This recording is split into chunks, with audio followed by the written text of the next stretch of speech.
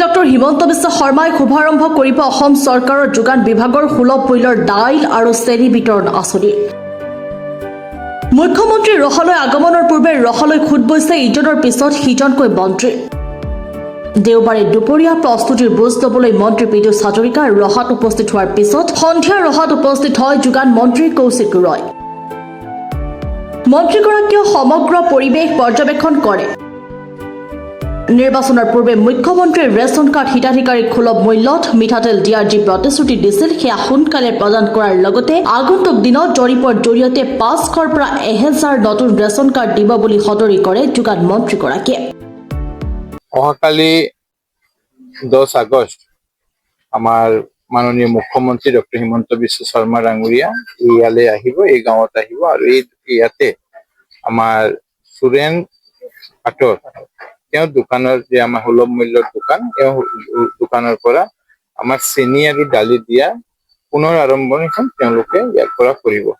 আপোনালোকে জানে যে যোৱা বছৰ 2025 চনৰ নৱেম্বৰ মাহৰ পৰা আমি চেনি দালি আৰু নিমখ দিয়াৰ কাৰ্যক্ৰম আমি কৰিছিলো আৰু আমি দেখা পাইছিলো যে যিমান আঁচনি আছে সকলো আঁচনি মুখ্যমন্ত্ৰী ডাঙৰীয়াই যিমান আঁচনি লৈছিলে গোটেই আঁচনিয়ে ৰাইজে বহুত ভাল পাইছিলে, কিন্তু আটাইতকৈ ভাল পোৱা আঁচনি আছিলে আমাৰ এই চেনি দালি নিমখটো আৰু 99%ৰ ওপৰত ৰাইজে সেইটো তেওঁলোকে লৈছিলে। আমি মে মাহলৈকে আমি দিছিলো, মে মাহলৈকে আমাৰ বাজেট প্ৰভিশ্যন আছিলে। জুন আৰু জুলাই বাজেট নাথাকাকৈ আমি দিব পৰা নাই, কিন্তু বাজেট পাছ হোৱাৰ লগে লগে মুখ্যমন্ত্ৰী ডাঙৰীয়া আগষ্টৰ পৰা আমি যাতে আকৌ এই আঁচনিটো পুনৰ আৰম্ভ কৰিব পাৰো সেই লক্ষ্যৰে আমি কাম কৰিছো আৰু অহাকালিৰ পৰা আমি চেনি আৰু দালি দিয়াৰ যে কাৰ্যক্ৰম সেই কাৰ্যক্ৰমটো ইয়াৰ পৰা আৰম্ভ কৰিম। মুখ্যমন্ত্ৰী ডাঙৰীয়া ইয়াত আহিব, সেইকাৰণে প্ৰস্তুতিটো চোৱাৰ কাৰণে আজি ইয়ালৈ আহিছো।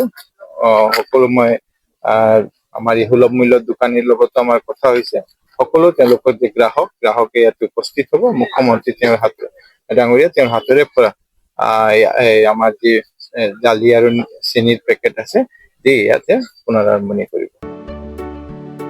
ৰহাৰ পৰা জিন্তু দাসৰ ৰিপৰ্ট, প্ৰাতঃ টাইম ডিজিটেল।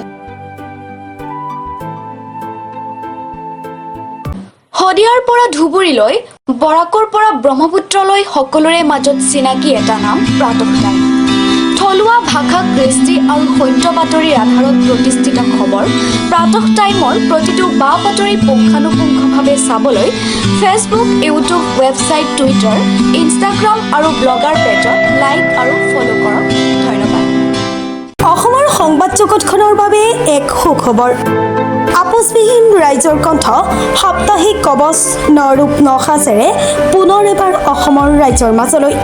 স্বত্বাধিকাৰী প্ৰণীতা কলিতাৰ দ্বাৰা প্ৰকাশিত আৰু আপোচবিহীন অসমৰ বিভিন্ন প্ৰান্তৰ একাংশ নপুৰণি অভিজ্ঞতাপুষ্ট সাংবাদিকৰ দ্বাৰা প্ৰচাৰিত তথা eco printing press, Guwahati Katabari গড়চুকত মুদ্ৰিত সাপ্তাহিক কবচ এতিয়া অসমৰ বিভিন্ন প্ৰান্তত উপলব্ধ।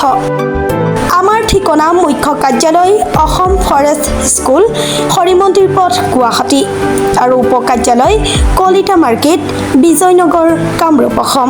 মোবাইল নম্বৰ হৈছে 9435114666 অথবা 9864084600 আৰু আমাৰ ইমেইল আইডি হৈছে kobos2025@gmail.com।